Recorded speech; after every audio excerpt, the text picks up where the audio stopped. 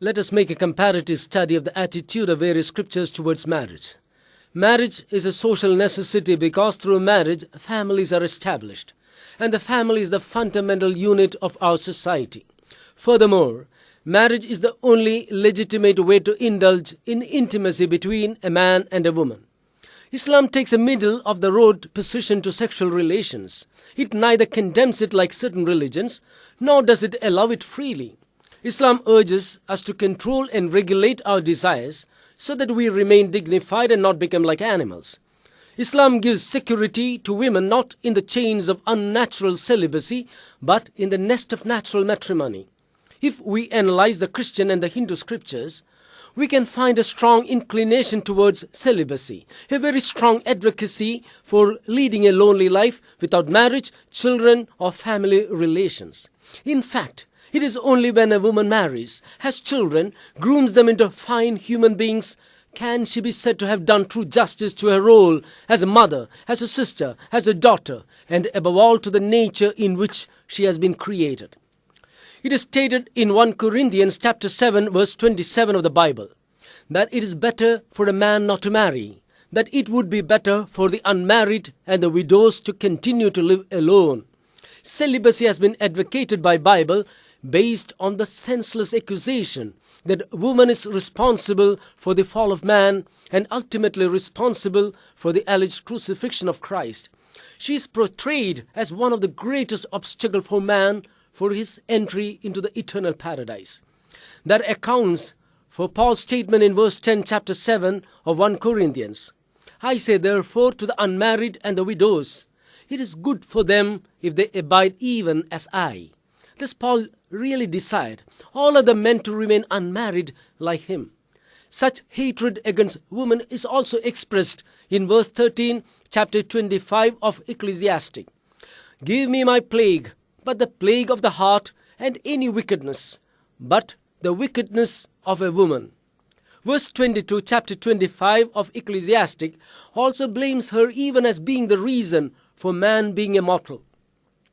Of the woman came the beginning of sin, and through her we all die. The inclination of Hindu belief towards celibacy called brahmacharya also has sprung from the wrong notion that woman is a sin, an evil, and any relation with her will prevent man from attaining salvation, and so man should abstain from marriage. Rigveda states, there cannot be any friendship with a woman. Her heart is more cruel than hyena. In Yajurveda it is mentioned, women code says that the women are without energy. They should not get a share in property, even to the wicked. They speak in feeble manner. Satpat Puran, preachings of the Yajurveda, clubs women, Shudras who are considered as untouchables, dogs and crows together, and says falsehood, sin and gloom remains integrated in them. Manu the Hindu sage also gives a long list of women whom one should never marry.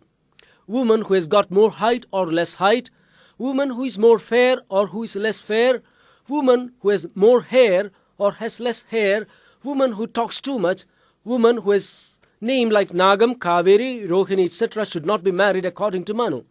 Is it not cruel and inhuman to prevent a woman from getting married merely because of certain physical features or some names given to them by their parents?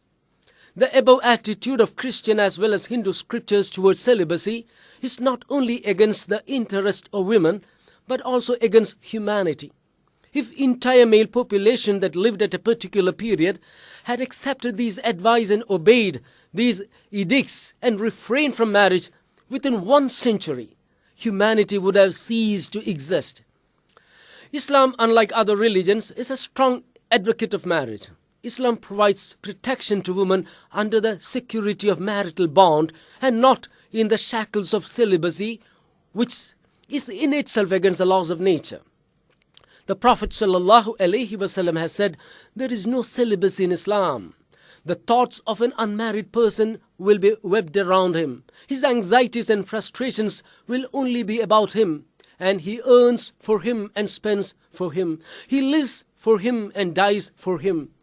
Whereas a married person thinks not only about him, but also about his wife, his kids, and relatives, considers not only his needs, but also the needs of his dear and near ones, earns and spends not only for himself, but also for his dear and near ones, lives and dies not only for him, but for others also. That is why the Prophet ﷺ said, "To marry is to follow my deeds, and those who have married have completed half their religion, and if possible, every one should marry." Islam insists that marriage is part of faith, as it is essential for achieving peace and tranquility in one's life. It is also necessary for bringing up morally upright children. Marriage is also indispensable to avoid sexual anarchy in the society. Marriage is a part of faith because marriage has tremendous, far-reaching effects, for it has to do not only with immediate happiness, but also with eternal joys. It affects not only the two people involved, but their families, their children, and their future generations. As such, Islam insists that for selecting a companion for life and for eternity, certainly the most careful planning and thinking should be done. In the marriage that Islam envisages, there should be a union of minds as well as souls. Priority should be given to the character and faith of the spouse rather than considering criteria such as wealth, family, educational qualifications, social standings, and physical features. Formal and ritual performance of a wedding ceremony does not ensure happiness and a successful marriage. Happiness does not happen just by pressing a button like we do to switch on an electric light. Happiness is a state of mind and comes from within. The Noble Quran says in chapter 30, verse 21, وَمِنْ آيَاتِهِ أَنْ خَلَقَ لَكُم مِّنْ أَنفُسِكُمْ أَزْوَاجًا. And among his signs is that he created for you mates among yourself. لِتَسْكُنُوا إِلَيْهَا وَجَعَلَ بَيْنَكُم مَّوَدَّةً وَرَحْمَةً. He has put love and mercy between your hearts that you may dwell in tranquility with them. إِنَّ فِي ذَلِكَ لَآيَةً لِقَوْمٍ يَتَّفَكَّرُونَ. In that a sign for those who reflect.